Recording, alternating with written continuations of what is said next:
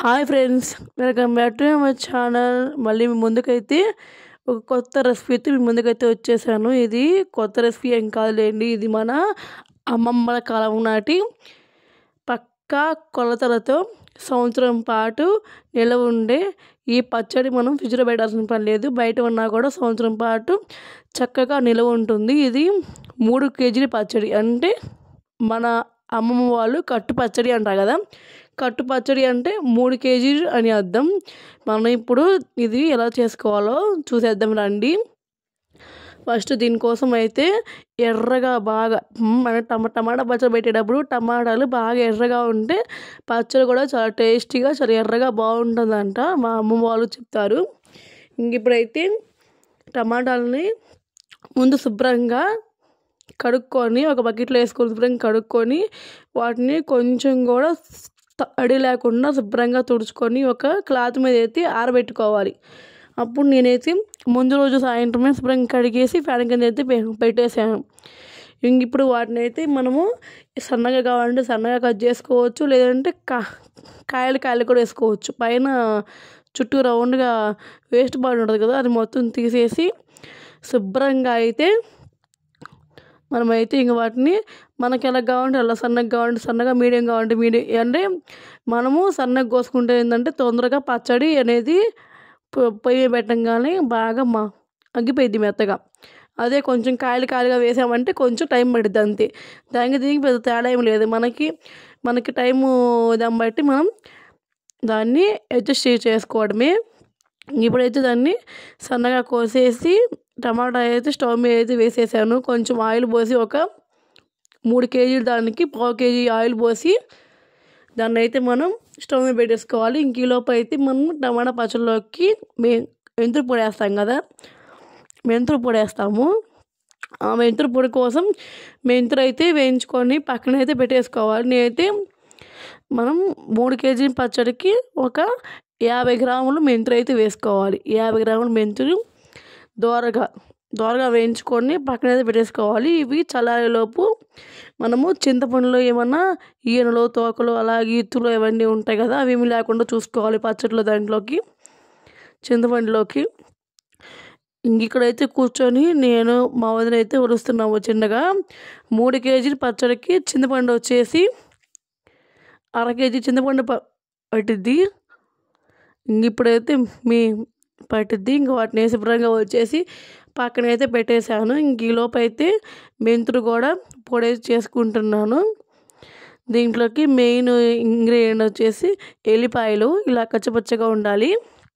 ఎల్లిపాయలు వచ్చేసి 50 గ్రాములు వెల్లిపాయలు వేసుకోవాలి. 3 కేజీల పచ్చడికి 50 గ్రాములు వెల్లిపాయలు శుభ్రంగా పొట్టు అయితే ఒలుచుకోవాలి. పొట్టు అయితే పక్కన అయితే పెట్టేసుకున్నాము. ఇంక ఇలాగ మెత్తగా అయితే పౌడర్ చేసుకొని ఇప్పుడు దీంట్లోకి మనం ముందుగానే ఒలిచిపెట్టుకున్న ఎల్లిపాయలు, నేనైతే ఇక చూడండి 50 గ్రాములకి ఇన్ని వచ్చాయి పాయలు, ఇవన్నీ కూడా వేసుకొని ఇప్పుడు ఈ ఎల్లిపాయలు వేయగానే ఈ మెంతి పొడి అంతా కూడా ముద్దగా వచ్చేస్తుంది, బాగా ముద్దగా.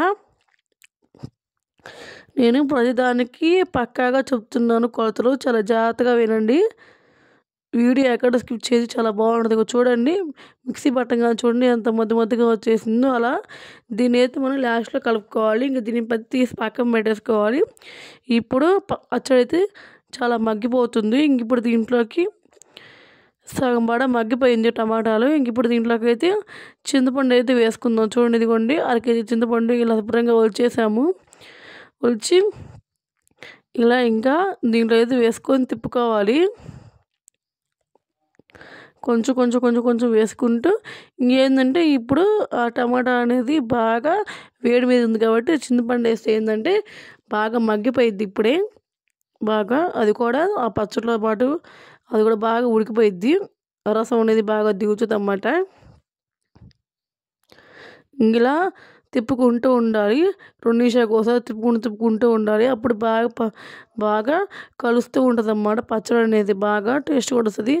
ఇప్పుడున్న బిజీ లైఫ్లో ఎవరు ఇంత ప్రాసెస్‌తో పెట్టుకోవట్లేదు. ఒక చిన్న డబ్బా తెచ్చుకుంటే సరిపోయిద్ది ఫ్యామిలీకి అనుకుంటున్నారు కానీ, బయట మనకి ఎలా చేస్తారో మనకైతే తెలీదు. ఆ పచ్చళ్ళు గానీ, ఆ కారాలు గానీ, ఏం వాడతారో తెలీదు. అది కాక బయట అన్నీ కల్తీ అయిపోయి ప్రతీది కారం గూడా ఏంటో కలుపుతున్నారంట ఎర్రగా ఉండటానికి. ప్రతీది కల్తీ అయిపోయింది. కొంచెం ఓపిక చేసుకుంటే ఈ పచ్చడి పెట్టడానికి గట్టిగా ఒక గ గంట సేపు పట్టిద్దేమో అంతే. ఇలా చూసి పెట్టుకోండి. చాలా బాగా హెల్త్ ఇష్యూస్ అన్నీ రాకుండా ఉంటాయి. ఇప్పుడు నేను చూపించాను కదా గిద్ద, ఆ అంటే దీంట్లోకి 3 కేజీల దానికి మనం 6 గిద్దలు ఉప్పు పోయాలి. ఇప్పుడు నేను చూపించిన గిద్ద మన పాతకాలం నాటిది. మన అమ్మమ్మల కాలం నాటి గిద్ద అనమాట అది. 6 గిద్దల కారం, 6 గిద్దలు ఉప్పు వేయాలి దీంట్లోకి. 3 కేజీల పచ్చడికి కేజీకి 2 గిద్దలు చొప్పున 6 గిద్దల కారం, 6 గిద్దలు ఉప్పు అనమాట, కల్లుప్పు.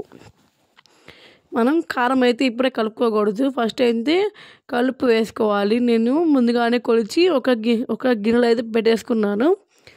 6 గిద్దలు కారం వేసి దాన్ని బాగా ఉడకబెట్టి ఇంకా కాసేపు అయితే దీన్ని అయితే ఆరబెట్టుకోవాలి. ఒక గంట సేపు చల్లారిపోవాలి ఇది బాగా పూర్తిగా. ఇంకా దీని అయితే చల్లారిపోయింది. ఇప్పుడు దీంట్లో అయితే అమ్మ అయితే చూడండి, మనం ముందుగానే మిక్సీ పట్టుకున్నాం కదా మెంతు పొడి, అలాగే వెల్లిపాయలు, ఇవి బాగా అమ్మ చూడండి మొత్తం కూడా వేసి దీన్ని బాగా కలుపుకోవాలి. ఈ పచ్చట్లో కలిసేంత వరకు కూడా బాగా కలుపుకోవాలి. మనము దీంట్లో మెయిన్ ఇంగ్రీడియంట్ ఏంటంటే ఇదే అనమాట, మెంతు పొడి. మెంతు పొడి లేనిది ఏ పచ్చడి కూడా కంప్లీట్ అవ్వదు.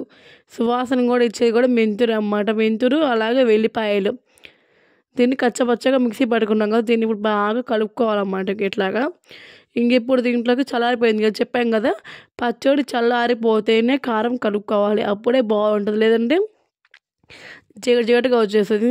చూడండి ఇంత చెప్పాం కదా, చూపించాం కదా గిద్ద, ఆ గిద్దతో 6 గిద్దలు కారం. దీన్ని అయితే ఇప్పుడు కొంచెం కొంచెం కొంచెం కొంచెం వేసుకుంటూ కలుపుకోవాలి. ఇలాగా అమ్మ అయితే కలుపుతుంది చూడండి. అలా చిన్నగా నిదానంగా కలుపుకోవాలి పచ్చడి అనేది. ఇది ఫ్రెష్గా అమ్మ ఎండుమిర్చి కొని అలాగే మిల్లుకి పట్టించిందనమాట. చూడండి అసలు ఎంత బాగుందో కారం అది న్యాచురల్గా. మీరు కూడా ఇలా ఇంట్లో న్యాచురల్గా పడుచుకున్న కారం వాడితేనే పచ్చడి కూడా టేస్ట్ అనేది మారుతుంది. మనం మార్కెట్లో కారానికి ఇక్కడ కారానికి చాలా తేడా ఉంటుంది. మనం ఓన్గా చేసుకునేదాన్ని కొనుక్కునేదానికి కూడా. మనం చూసాం కదా ఇప్పుడు మనం పెట్టిన పచ్చడి 3 కేజీలు కాబట్టి ఇప్పుడు మనం చింతపండు, కారం ఇవన్నీ వేసాం కాబట్టి 4 కేజీలు వస్తుంది మొత్తం కలిపి. అసలు ఇది పచ్చడి మనకి ఇది ఎలా తిన్నా కూడా సంవత్సరం వస్తుంది అనమాట. ఇప్పుడు దీన్ని ఎత్తి ఆరిపోయింది కదా, దీన్ని కొంచెం కొంచెం మిక్సీ పట్టుకోవాలి. పచ్చడి అనేది మనకు దగ్గరలో ఉంటే, మాకైతే గ్రైండర్ ఉంది, ఇంకా గ్రైండర్ వేసే టైం లేదని చెప్పేసి ఇంకా మిక్సీ అయితే పడుతున్నాము. దీన్ని కొంచెం కొంచెం కొంచెం కొంచెం వేసుకుంటూ మిక్సీ అయితే పట్టుకోవాలి. ఇంకోండి మిక్సీ పట్టిన దాన్ని ఇట్లా వేరే గిన్నెలోకి వేసుకోవాలి పక్క పక్కన.